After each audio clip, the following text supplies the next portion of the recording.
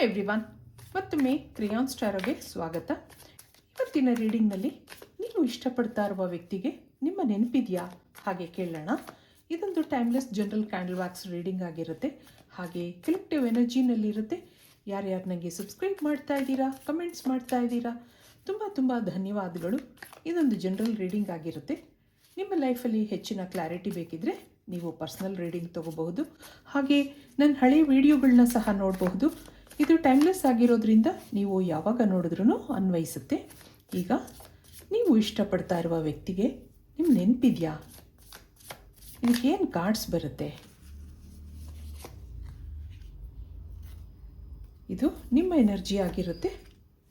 Candle wax reading ಮಾಡೋಕ್ಕಿಂತ ಮುಂಚೆ ಸ್ವಲ್ಪ ಕಾರ್ಡ್ಸ್ ನೋಡೋಣ.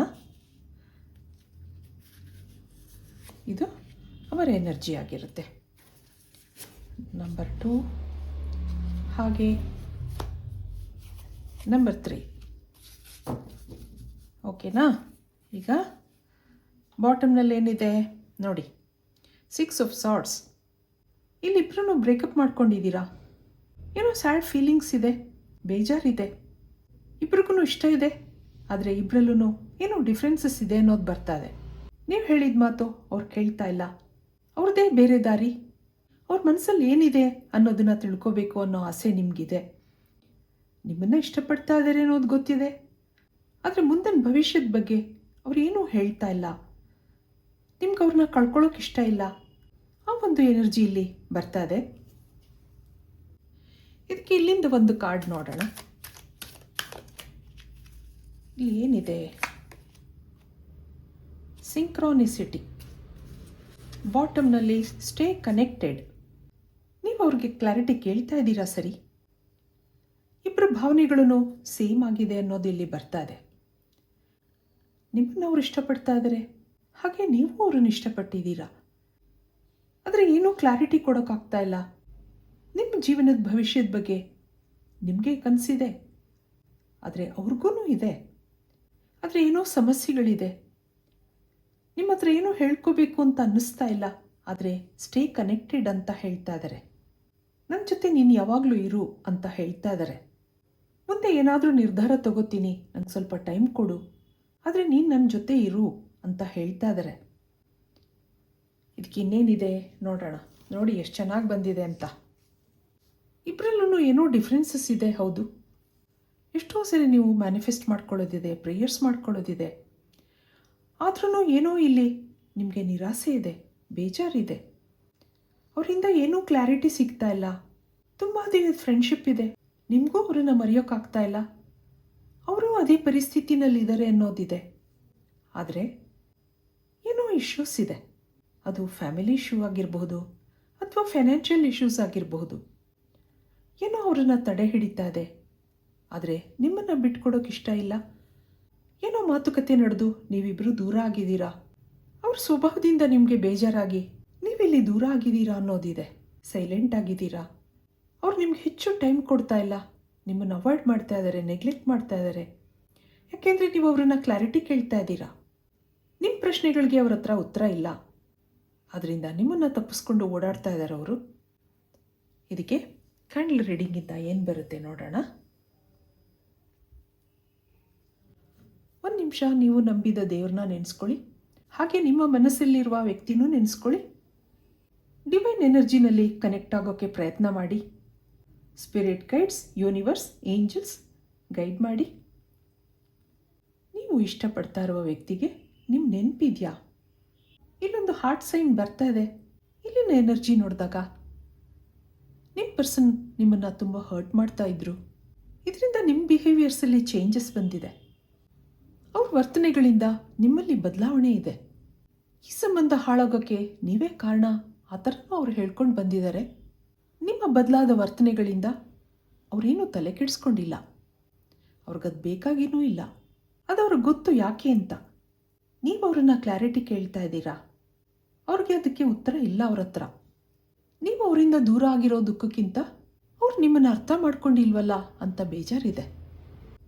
ನಿಮ್ಮಿಬ್ಬರಲ್ಲಿ ಜಗಳ ಶುರು ಆದರೆ ಯಾವಾಗಲೂ ನೀವೇ ಮೌನವಾಗಿರ್ತಾ ಇದ್ರಿ. ಅದಕ್ಕೂ ಅವರೇನೂ ತಲೆ ಕೆಡಿಸ್ಕೊತಾ ಇರಲಿಲ್ಲ. ಬೇಕಾದರೆ ಮಾತಾಡಿಸ್ತಾರೆ, ಇಲ್ದಿದ್ರೆ ಇಲ್ಲ. ಆ ಥರ ಸಿಟ್ಟು ಮಾಡ್ಕೊಳ್ತಾ ಇದ್ರು. ಇವರೊಂದು ಈಗೋಯಿಸ್ಟಿಕ್ ಪರ್ಸನ್ ಅನ್ನಿಸ್ತಾ ಇದೆ. ಅವರು ಈ ಸ್ವಭಾವದಿಂದ ನಿಮಗೆ ತುಂಬ ಬೇಜಾರಾಗ್ತಾ ಇತ್ತು. ಒಂದು ಟೈಮಲ್ಲಿ ನಿಮ್ಮ ಹಿಂದೆ ಮುಂದೆ ಸುತ್ತಾಡ್ತಾ ಇದ್ರು. ಶುರುನಲ್ಲಿ ಹಾಗೆ ಎಲ್ಲ ಸುಂದರವಾಗಿರುತ್ತೆ. ದಿನ ಕಳೆದ ಹಾಗೆ ಸಿಚುವೇಶನ್ ಚೇಂಜ್ ಆಗುತ್ತೆ. ಇದಕ್ಕೆ ಕೆಲವು ಕಾರಣಗಳಿದೆ ಇಲ್ಲಿ. ಥರ್ಡ್ ಪಾರ್ಟಿ, ಫ್ರೆಂಡ್ಸ್, ರಿಲೇಟಿವ್ಸ್ ಮಾತು ಕೇಳಿಕೊಂಡು ಕೆಲವು ಅನುಮಾನಗಳು ಅವ್ರ ವರ್ತನೆಗೆ ಕಾರಣ ಇರಬಹುದು ಅನ್ನಿಸ್ತಾ ಇದೆ. ಇಲ್ಲಿ ಇಬ್ಬರ ಮಧ್ಯೆ ಏನೋ ಡಿಫ್ರೆನ್ಸಸ್ ಇದೆ. ಇದರಿಂದೆಲ್ಲ ನೀವು ತುಂಬ ಯೋಚನೆ ಮಾಡ್ತಾ ಇದ್ದೀರಾ. ನನ್ನ ಮೇಲೆ ಮೊದಲಿದ್ದ ಪ್ರೀತಿ, ರೆಸ್ಪೆಕ್ಟ್ ಏನೂ ಇಲ್ಲ. ಹಾಗೆ ನಿಮ್ಗೆ ಇನ್ಸೆಕ್ಯೂರ್ ಅನ್ನಿಸ್ತಾ ಇದೆ. ನಿಮಗೆ ಈ ಸಂಬಂಧದ ಬಗ್ಗೆ ಒಂದು ನಿರ್ಧಾರ ಬೇಕಿತ್ತು. ಆದರೆ ನಿಮ್ಮ ಪರ್ಸನ್ ಹೇಳೋದೊಂದು, ಮಾಡೋದೇ ಬೇರೆ. ನಿಮ್ಮನ್ನು ಯಾವಾಗಲೂ ನಂಬಿಸ್ತಾ ಇದ್ರು, ಸುಳ್ಳು ಹೇಳ್ತಾ ಇದ್ರು. ಯಾವ ಸರಿಯಾದ ನಿರ್ಧಾರನೂ ತಗೋತಾ ಇರಲಿಲ್ಲ, ಏನೂ ಹೇಳ್ತಾ ಇರಲಿಲ್ಲ. ಅವರಿಂದ ನೀವು ದೂರ ಆಗಬೇಕು ಅಂತ ಅನ್ಕೋತೀರಾ. ಆದರೆ ದೇವ್ರ ನಿಯಮನೇ ಬೇರೆ ಇಲ್ಲಿ ಅನ್ನಿಸ್ತಾ ಇದೆ. ನಿಮ್ಗೆ ಅವ್ರನ್ನ ಬಿಟ್ಕೊಡೋಕೆ ಇಷ್ಟನೇ ಇಲ್ಲ. ಯಾವಾಗಲೂ ಅವ್ರಿಗೆ ಒಳ್ಳೆಯದನ್ನೇ ಬಯಸ್ತಾ ಇದ್ರಿ. ಅವ್ರನ್ನ ತುಂಬ ಇಷ್ಟಪಡ್ತಾ ಇದ್ರಿ. ಅವ್ರು ಯಾರ ಮಾತನ್ನೋ ಕೇಳಿಕೊಂಡು ಸಂಬಂಧ ಹಾಳು ಮಾಡ್ಕೋತಾ ಇರೋದು ನಿಮ್ಗೆ ಇಷ್ಟ ಆಗ್ತಾ ಇಲ್ಲ. ನಿಮಗೆ ಅವ್ರು ಕಾಂಟ್ಯಾಕ್ಟ್ ಮಾಡದಿದ್ರೆ ತುಂಬ ನರ್ವಸ್ ಆಗ್ತಾ ಇದ್ರಿ.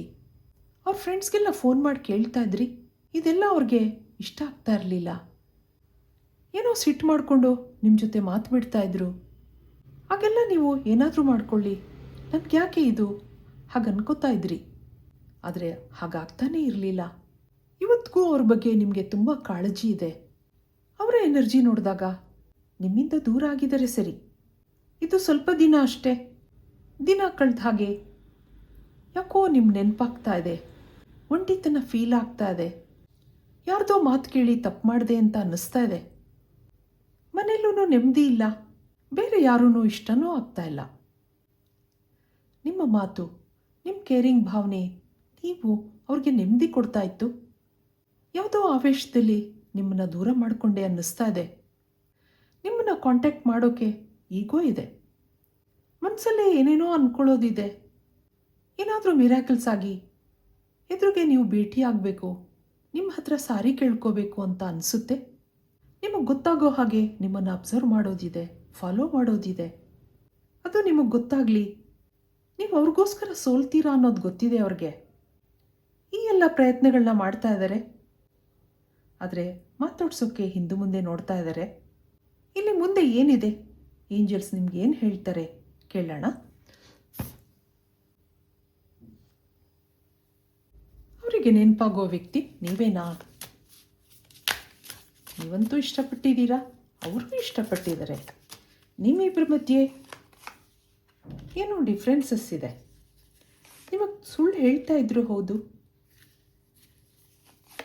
I am still trying to heal ಅನ್ನೋದು ಬರ್ತಾ ಇದೆ. I want to tell you the truth. ಮತ್ತೆ ರಿಯೂನಿಯನ್ ಬೇಕು ಅಂತ ಅನ್ನಿಸ್ತಾ ಇದೆ ಅವ್ರಿಗೆ. ಹಾಗೆ ಇನ್ಸೆಪರೇಬಲ್, ನಿಮ್ಮನ್ನು ಮರೆಯೋಕ್ಕಾಗ್ತಾ ಇಲ್ಲ ಅವ್ರಿಗೆ. ಡಿಸಗ್ರಿಮೆಂಟ್ಸ್, ಇಬ್ಬರಲ್ಲೂ ಡಿಫ್ರೆನ್ಸಸ್ ಇತ್ತು, ಡಿಸಗ್ರಿಮೆಂಟ್ಸ್ ಇತ್ತು. ನೀನೇನೋ ಎಕ್ಸ್ಪೆಕ್ಟ್ ಮಾಡ್ತಾ ಇದೆಯಾ, ಅದ್ರ ಬಗ್ಗೆ ನಾನು ಯೋಚನೆ ಮಾಡ್ತಾ ಇದ್ದೀನಿ. ಸ್ವಲ್ಪ ದಿನದಲ್ಲೇ ಏನಾದರೂ ನಿರ್ಧಾರ ತಗೋಬಹುದು ಹಾಗನ್ನಿಸ್ತಾ ಇದೆ ಅವ್ರಿಗೆ. ನೀವು ಕೇಳ್ತಾ ಇದ್ದ ಪ್ರಶ್ನೆಗಳಿಗೆ ಅವ್ರ ಹತ್ರ ಉತ್ತರ ಇರಲಿಲ್ಲ. ಹಾಗಿರೋದ್ರಿಂದ ನಿಮ್ಮಿಂದ ದೂರ ಆಗಿದ್ದಾರೆ. ಆಗಾಗ ಸುಳ್ಳು ಹೇಳ್ತಾ ಇದ್ರು. ಈಗೇನೋ ಅವ್ರಿಗೆ ನಿಜ ಹೇಳಬೇಕು ಅಂತ ಅನಿಸಿದೆ. ಮತ್ತೆ ರಿಯೂನಿಯನ್ ಬೇಕು ಅಂತ ಅನ್ನಿಸ್ತಾ ಇದೆ. ದೂರ ಆಗಿದ್ರೂ our love is always there ಅಂತ ಹೇಳ್ತಾ ಇದ್ದಾರೆ. ಇದಕ್ಕೆ ಫೈನಲ್ ಆಗಿ ಒಂದೇ ಒಂದು ಮೆಸೇಜ್ ನೋಡೋಣ, ಏನು ಬರುತ್ತೆ.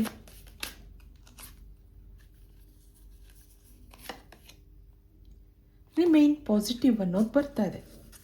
ಇಲ್ಲಿ ಕಮ್ಯುನಿಕೇಟ್ ಕ್ಲಿಯರ್ಲಿ. ಇಬ್ಬರನ್ನು ಕೂತು ಮಾತಾಡಬೇಕಾಗಿರುತ್ತೆ. ಇಲ್ಲಿ ಒಬ್ಬರಿಂದೊಬ್ಬರು ತಪ್ಪಿಸ್ಕೊಂಡು ಓಡೋದ್ರಿಂದ ಏನೂ ಪ್ರಯೋಜನ ಇಲ್ಲ. ಇಲ್ಲಿ ಬಿ ಪಾಸಿಟಿವ್ ಅನ್ನೋದು ಬರ್ತಾ ಇದೆ. ಯಾವಾಗಲೂ ಪಾಸಿಟಿವ್ ಆಗಿ ಯೋಚನೆ ಮಾಡಿ. ಇಲ್ಲಿ ಅವ್ರಿಗೆ ರಿಯೂನಿಯನ್ ಬೇಕು ಅಂತ ಅನ್ನಿಸ್ತಾ ಇದೆ. ನಿಮ್ಮನ್ನು ಮರೆಯೋಕ್ಕಾಗಲ್ಲ, ನಿಮ್ಮನ್ನು ಮಿಸ್ ಮಾಡ್ಕೋತಾ ಇದ್ದೀನಿ ಅಂತ ಅನ್ನಿಸ್ತಾ ಇದೆ ಅವ್ರಿಗೆ. ಇದೆಲ್ಲ ಸ್ವಲ್ಪ ದಿನದಲ್ಲೇ ಸರಿಯಾಗುತ್ತೆ ಅಂತ ಅನ್ನಿಸ್ತಾ ಇದೆ. ಇದು ಇವತ್ತಿನ ರೀಡಿಂಗ್ ಆಗಿರುತ್ತೆ. ಮತ್ತೆ ಇಂಥದೇ ರೀಡಿಂಗ್ ಕೇಳಬೇಕು ಅನಿಸಿದ್ರೆ ನನ್ನ ವೀಡಿಯೋಸ್ನ ಲೈಕ್ ಮಾಡಿ, ಶೇರ್ ಮಾಡಿ, ಸಬ್ಸ್ಕ್ರೈಬ್ ಮಾಡಿ. Thank you for watching. Be happy always.